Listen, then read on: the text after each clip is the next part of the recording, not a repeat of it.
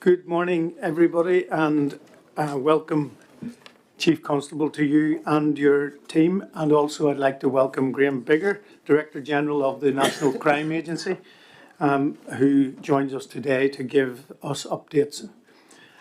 There are a lot of issues of note in both of your reports, Chief Constable and Graham, and we have a number of questions on a range of different events that have come to pass over the previous few months.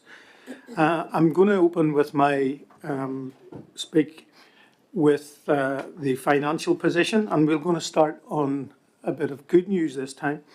On the financial front, Chief Constable, and the monies received following the announcement by the Justice Minister of an additional £36.7 million allocated to policing to meet the in-year pressures faced.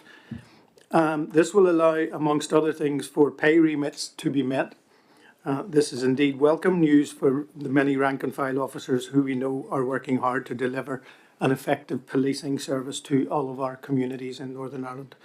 Of course, we still know the pressures ahead of the funding now needed to rebuild officers and staff numbers to a stable and sustainable level. That work is progressing with the department, and I want to thank in particular Pamela and your team, Pamela, for the dedicated work that they're doing in this regard, and also the board's Vice Chair, Brendan, who continues to support this work. So thank you for that.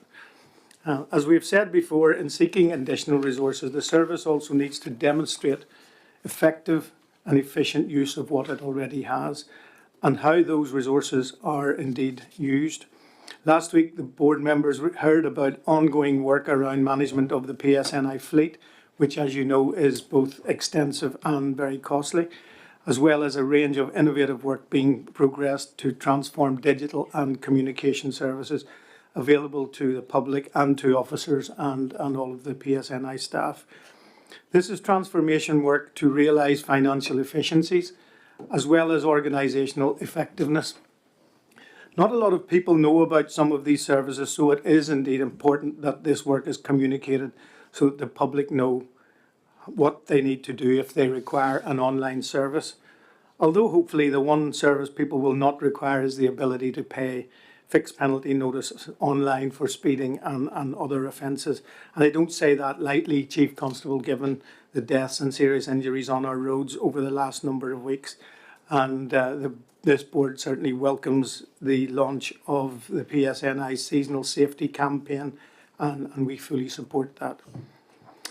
Moving to children and young people, on Tuesday evening we published the latest review from the board's Human Rights Advisor on policing and children and young people.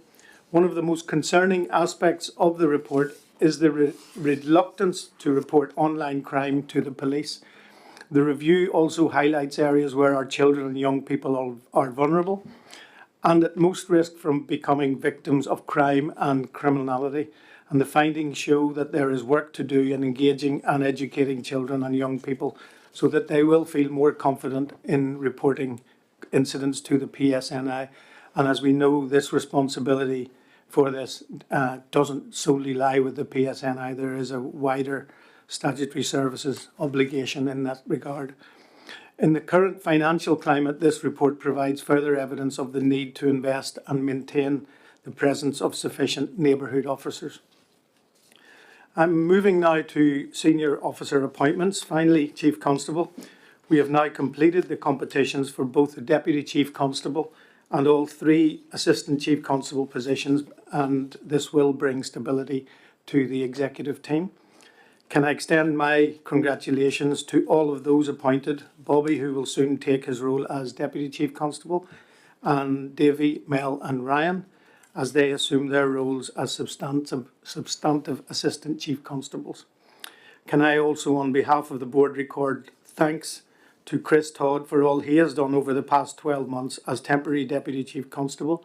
Chris has provided very capable leadership during a challenging period, including the aftermath of the data breach, when he took the helm around dealing with the immediate aftermath of that very serious incident. As I know, John, you have valued his support and commitment to delivery, which continues today as he covers you at a National Police Chiefs Council conference. So Chief Constable, that's all I have to say in my opening remarks, and I'd like to hand over to you, and then we'll take some questions.